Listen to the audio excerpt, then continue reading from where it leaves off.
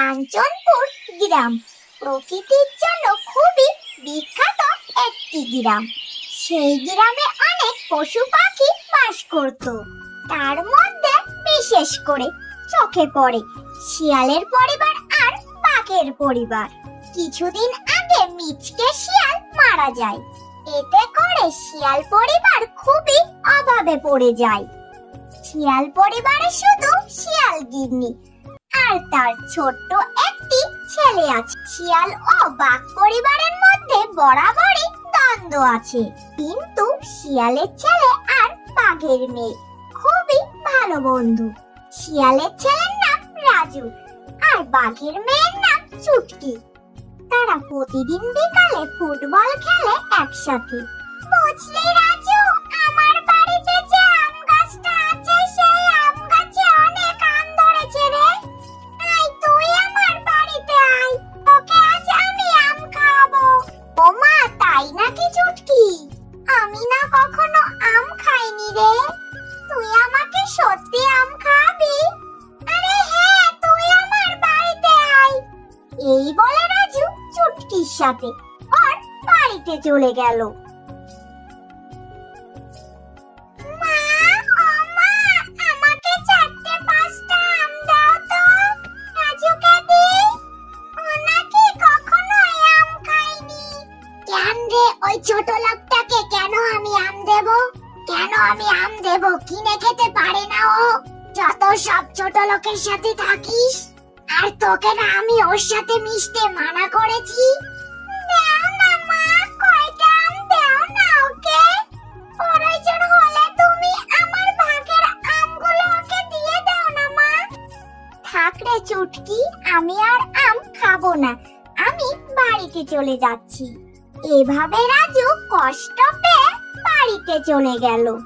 রাতে রাজুর মা বাড়িতে আসে। মা জানো, আজ না আমি চুটকিদের বাড়িতে গিয়েছিলাম। চুটকি ওর মাকে বলল আমাকে 4-5টা আম দিতে, কিন্তু ওর মা আমাকে অপমান করে তাড়িয়ে দিল। থাক রে বাবা, তুই মন খারাপ করিস না। আর তুই চুটকির সাথে বাড়িতে গেলি কেন? আমি তোকে কিছু টাকা জমিয়ে আম কিনে দেব। যা, এখন শুয়ে পড়, অনেক রাত হয়ে গিয়েছে। আর কখনো তুই ওদের বাড়িতে যাবি না। মা, মা, দেখো দেখো, আমি একটা আমের বীজ এনেছি। এটা আমি বানর মামার কাছ থেকে এনেছি। এটা আমি মাটিতে পুঁতে দিই। এই বলে শিয়ালের ছেলে বীজটা মাটিতে পুঁতে দিল। কয়েকদিন পরের কথা। মা দেখো, গাছটা অনেক বড় হয়ে গিয়েছে এই কয়দিনে। হ্যাঁ রে বাবা, কিন্তু মা, গাছে আম ধরবে কবে? অপেক্ষা কর বাবা, সব সময় মনে ধৈর্য রাখবি।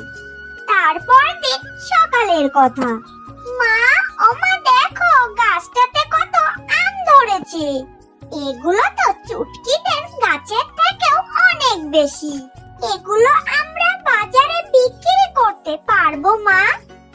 হ্যাঁ রে বাবা, একটা কেটে দেখি কেমন স্বাদ। দাঁড়া, আমি একটা আম কাটি। এই বলে শিয়াল গিন্নি আম পাড়তে চলে গেল। দাঁড়াও, তোমাকে কিছু কথা বলি। তুমি আমাকে অনেক যত্ন করেছো, দৈনিক পর্যাপ্ত পানি দিয়েছো। এখন তুমি বিপরীতে প্রতিদিন নিয়মিত আমার কাছ থেকে আম পাবে। বছরে 12 মাসই তুমি আমার কাছ থেকে আম পাবে। ওরে রাজু, শুনলি? এখন থেকে আমাদের আর অভাব থাকবে না রে বাবা।